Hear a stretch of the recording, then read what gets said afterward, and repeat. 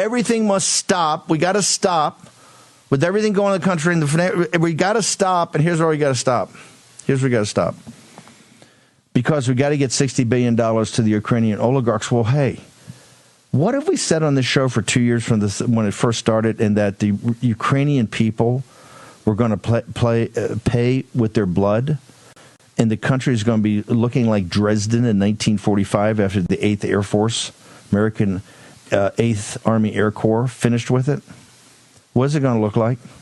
Well, you've seen it. Now today, Politico, or yesterday, Politico, finally says the quiet part out loud. Because Zelensky can't get 500,000 more kids to show up, because the parents are saying, screw you, dude, you're not taking my son and throwing him in to the Eastern Front where the Russians are on the advance. And it's not because America hasn't given the $80 billion, $60 billion. One, your European buddies have not given you the shells of munitions that you needed, your NATO buddies, right? Like Mersheimer said. And the parents are not given the manpower. They're sitting there, no, we're not going to do that. You're not going to take my son and throw his life away for nothing. But lo and behold, Zelensky's got allies, and they're just not in Brussels. They're just not in Davos. They're just not in the imperial capital. It's just not Mitch McConnell who's staying around to get that money to Ukraine. Guess what? Ben Harnwell, you said this for a long time. But today, Politico had our backs on us.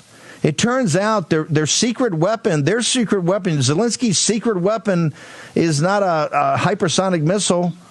It's a bunch of Nazis. And that is not coming from the lips of Stephen K. Bannon or our own Ben Harnwell that anchors our European headquarters in Rome. This is Politico Europe. Ben, talk about the Nazis that are the great allies of Zelensky and the lovers of democracy in Kiev. Steve, we've taken this right out of the "you couldn't make it up" file, which is increasingly dictating the end stages of this war. The journalist, by the way, I'm going to have all the links. I'm going to post all the links to these stories. The journalist, by the way, who wrote this, Jamie Detmer, I know him from my days at Trizilti. This is an old school journalist. So what he's got here is that I was in touch with him last night.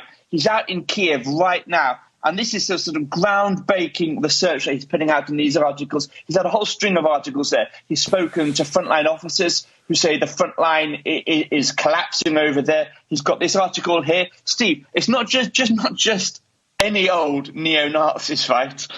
This is to quote the German authorities. The guy they're talking about here is called Dennis Kapustin. Right? To quote the German authorities, and I quote, one of the most influential neo-Nazi activists. So, they haven't just gone in for the common or garden Nazis. They've gone in, right? Zelensky's men, now they're now throwing a lot in with the ultra guys.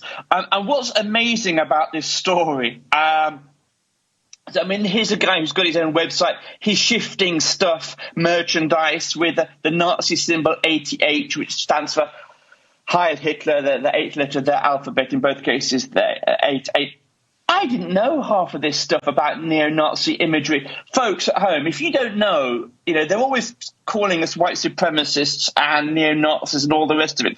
But if you don't know about the neo-Nazi imagery and what it signifies, and you want to know more, just sort of check out who Zelensky's got fighting side by side. The one thing here, Steve, that I read about this article that I really wanted to understand, and it says it sort of towards the end, was why is an ethnic Russian, a Russian citizen, fighting for President Zelensky against Putin? Right, that seemed to me to be an interesting question.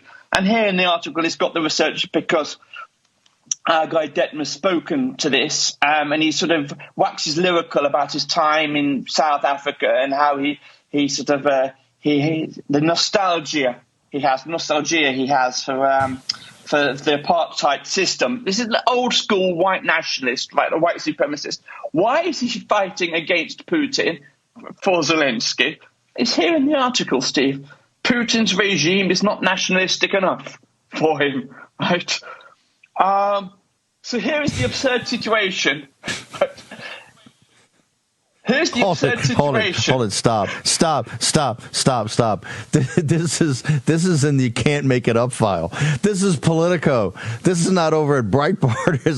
This is not Gateway Pundit. This is Politico, their lead guy in Europe.